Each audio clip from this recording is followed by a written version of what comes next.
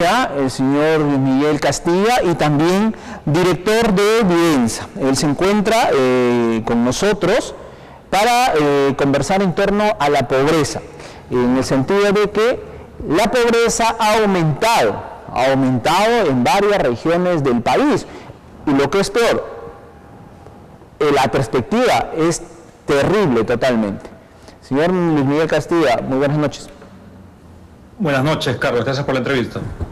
Muchísimas gracias. A ver, vamos conversando en torno a cómo marcha la economía, este nivel de pobreza.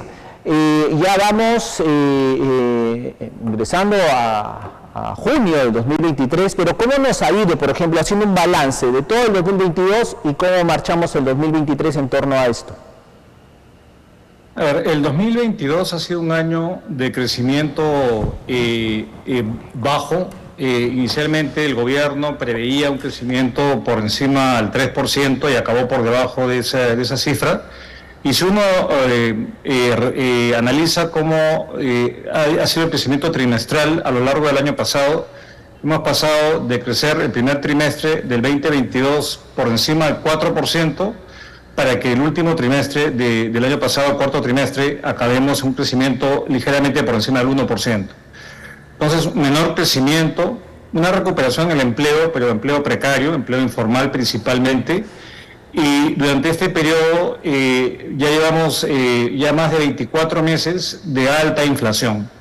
Entonces, si uno combina ambos digamos, situaciones de crecimiento insuficiente y inflación alta, lo que tenemos es que la canasta básica se ha encarecido, y esto ha afectado a los más pobres. Es así como a nivel del país la pobreza se ha incrementado de manera monetaria, se ha incrementado en poco menos de 650.000 personas que se han sumado a la línea de pobreza. Pero acá yo quisiera destacar un tema, Carlos, que es muy preocupante, que es que la pobreza urbana ha crecido de manera significativa. Ha crecido en más de 3 millones de nuevos pobres urbanos en las ciudades principales entre el 2019 y el 2022, o sea, el año pre-pandemia y el legado de la pandemia. ¿Esto qué significa? Esto significa que en ciudades como Lima, por ejemplo, la pobreza se haya duplicado, pasando de 1,5 millones de personas a 3 millones de personas en un lapso de 2 años. Terrible. Y que se va a las regiones, y en particular mirando el caso de La Libertad, por ejemplo. La Libertad es una región que, como sabemos, tiene zonas urbanas en la costa, pero también tiene zonas bastante rurales cuando uno sube. Y el caso de La Libertad, de su región, hemos tenido que la pobreza ha aumentado casi 4 puntos porcentuales. No tan significativo como lo que se ha visto en Lima y el Callao, por ejemplo, pero ciertamente ha habido una precarización. Entonces, el año pasado, un año complicado, y si vemos cómo ha iniciado este año ha empezado pues con las 7 plagas de Egipto. Empezamos con la convulsión social que paralizó minas, paralizó el sector de turismo, que aún no se ha recuperado a los niveles pre-pandemia. La inflación seguía alta, y después vinieron todas las inundaciones y lluvias torrenciales producto del ciclón que nos azotó, y eso hizo que el primer trimestre la economía nacional se contrajera. Estudiamos un crecimiento muy bajito, pero contracción 2 meses, y en particular la variable más delicada es una caída fuerte de más de 12% de la inversión privada. Entonces, estamos ciertamente en una situación difícil, llena de shocks y llena de incertidumbre. Ahora, esta pobreza, como tú lo has descrito, se ha ido incrementando, se ha ido agravando la situación, pero tú has dado un término importantísimo: la inversión privada. Allí radica finalmente cuál es este déficit de empleo, ¿crees tú? Sí, no, sin duda. Bueno, si uno escucha el análisis que ha hecho el INEI, el año pasado en particular, lo que más ha afectado el incremento de la pobreza ha sido la incapacidad de los hogares de cubrir el incremento en el costo de la canasta básica. Pero ciertamente, si uno se fija en los últimos 20 años, ¿cuál ha sido la causa principal para la reducción de la pobreza? Ha sido el crecimiento económico, y el crecimiento económico impulsado por la inversión privada. Entonces, lo que vemos es que la inversión privada se ha detenido, y en particular la inversión de algunos sectores ha sido muy afectada.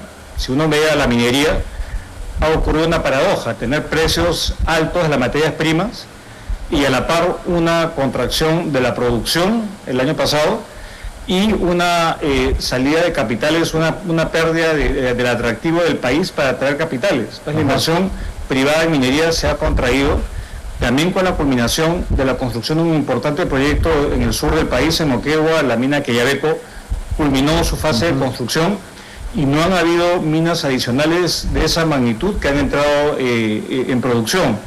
Y a esto se le suma el impacto que se ha tenido en la caída, por ejemplo, de la inversión pública a nivel de los gobiernos municipales, que ha tenido un colapso importante pese a la inyección de recursos.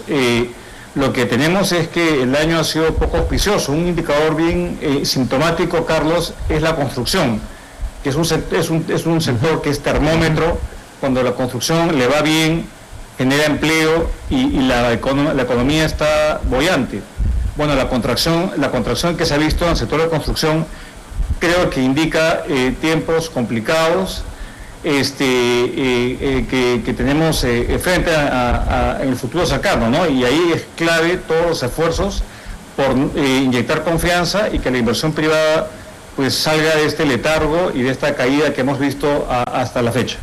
Ahora, el INEI, cuando ya nos da estos índices de inflación y cuando nos da también este crecimiento anual, ¿no? Empezábamos con 3.5, luego 3, 2.5, 2.2, en fin, o sea, estamos bajando el nivel de crecimiento con perspectivas a este año. Esto implica entonces que nos va a ir también relativamente mal en torno a la generación de empleo y por lo tanto la pobreza también va a ser ahí, va a tener un impacto negativo. Ciertamente, porque, a ver, el año pasado, con un crecimiento más o menos en torno el año cerró como en 2,7%, hubo una generación de empleo formal de más o menos 300.000 trabajadores formales obtuvieron empleo el año pasado.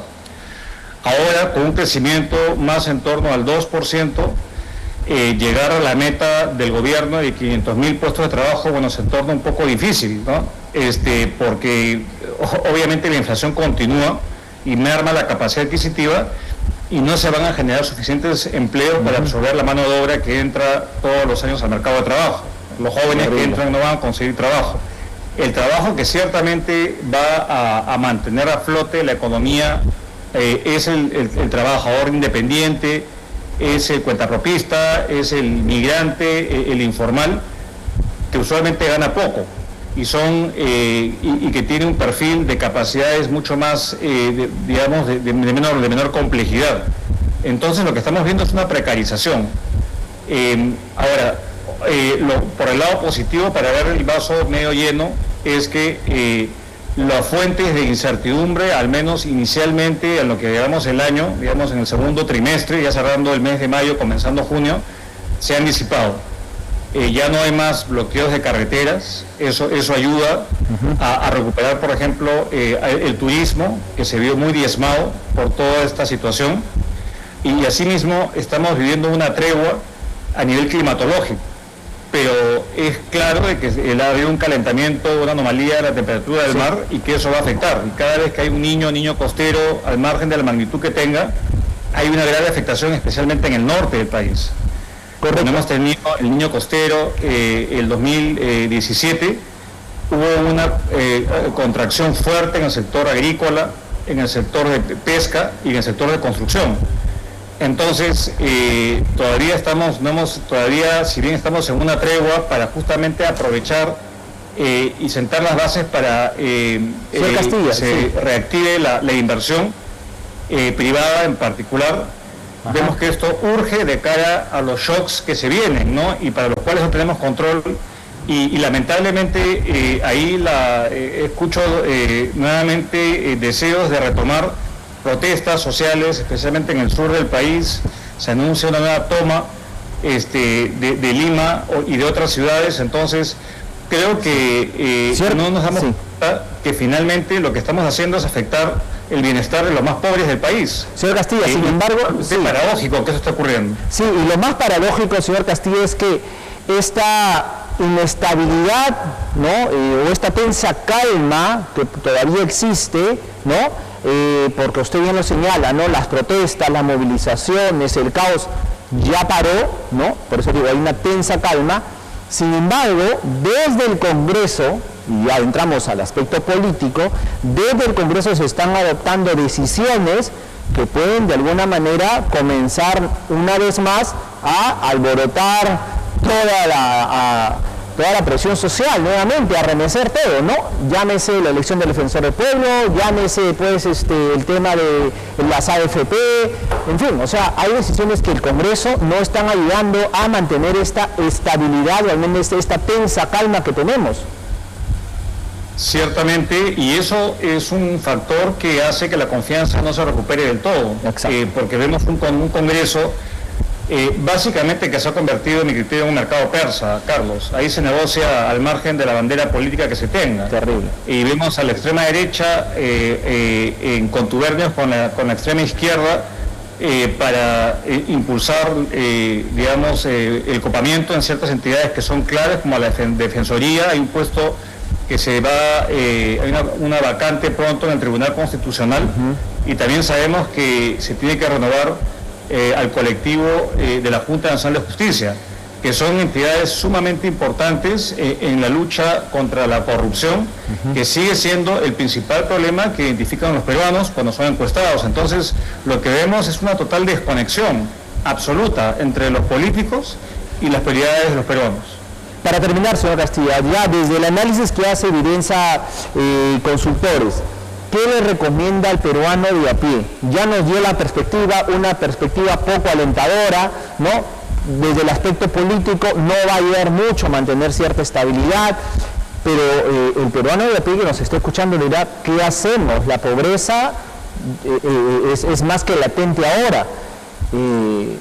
¿Qué podemos hacer? La canasta familiar, como bien lo describe, cada día sube, ¿no? Y sube de manera imparable. ¿Qué recomendación daría en todo caso? A ver, mire, yo creo que para no ver, digamos, panorama tan sombrío, creo que la inflación va a comenzar a ceder. De hecho, los precios están comenzando a caer en el mercado internacional, y eso va a ser un respiro, pero un respiro que se va a vislumbrar tanto lento como el presidente del Banco Central lo ha indicado. Probablemente se llegue nuevamente a inflaciones bajas de 3%, probablemente de acá a un año. Entonces hay que ajustar los cinturones por el lado de la merma en el poder adquisitivo. Y lo siguiente, yo creo que lo que toca es si es que hay una, digamos, nueva convulsión social que impide que los proyectos se den. Yo creo que toca pronunciarse, porque finalmente esto está afectando el bolsillo de los pobres, de la clase media y de todos en el país. Entonces me parece inconcebible, teniendo toda la oportunidad de crecer a tasas fácilmente del 4 o 5%, estemos creciendo a niveles que son una fracción de lo que podríamos estar creciendo y generando empleo. Entonces, lamentablemente, el ciudadano a pie está en una situación en la que poco puede hacer.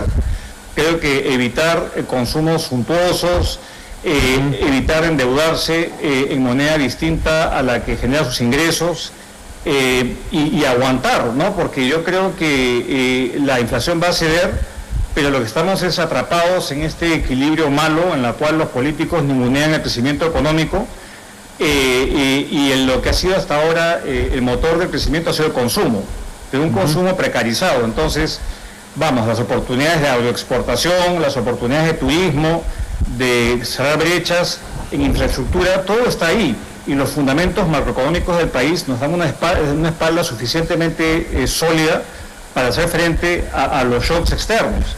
Entonces, lo que necesitamos es un poco de coherencia y un poco de sensatez para poder salir de esta situación tan penosa que ya nos encontramos hace algunos años, Carlos, lamentablemente. Una pregunta final antes que se me escape, y con esto cerramos, si me lo permite. los gobiernos regionales y los gobiernos locales, ¿qué tanto están ayudando para justamente dinamizar también la economía y evitar seguir cayendo, que muchas familias caigan en este nivel de pobreza? A ver, mire, yo creo que como una cosa distinta que hemos visto hasta el momento es que, a diferencia de cada primer año de gestión, la inversión pública llevada a cabo por los gobiernos regionales no ha caído. Y eso en parte por las medidas que el MEF y el gobierno han estado llevando adelante, el acompañamiento para asegurar que no haya ese colapso en la ejecución del presupuesto de obra pública. Eso ha ayudado, le han puesto el pedal completamente a nivel de las obras en el sector de transporte, vivienda, con haber adecentado estos ministerios. Creo que eso ha ayudado, pero donde sí hay un problema grave es en los municipios. Los municipios han mostrado una caída muy fuerte, en parte por la curva de aprendizaje, en parte por problemas de capacidades y porque están recién aprendiendo el oficio en medio de crisis, de desastres naturales y de falta de capacidad técnica para llevar a cabo la tarea. Entonces, creo que el año no ha empezado tan malo, es auspicioso, pero va a depender obviamente de continuar esta tendencia para tener un primer año de gestión subnacional que efectivamente apuntarle la inversión pública y la inversión privada. Hay muchas obras por impuestos en las zonas mineras y hay muchas actividades que dependen también de los permisos que las municipalidades pueden dar y habilitar para que se dé la inversión privada de calidad, y que eso también ayude a que encadene a las pymes que están muy afectadas y se comience a volver a la situación que teníamos antes de la pandemia. Creo que depende del liderazgo y depende de que la población también fiscalice a sus autoridades para que se dejen de populismos y que efectivamente gobiernen de acuerdo a sus competencias y generen confianza para que la inversión despegue y evitar volver a tener incrementos en pobreza, porque esto, digamos, es inconcebible, estar borrando todo lo que nos costó reducir la pobreza en un par de años, estar nuevamente asomando al 30% de pobreza, cuando la mayoría de países están reduciendo con mucho esfuerzo su tasa de pobreza, y eso parece que acá no está calando en la clase política, lamentablemente, Carlos.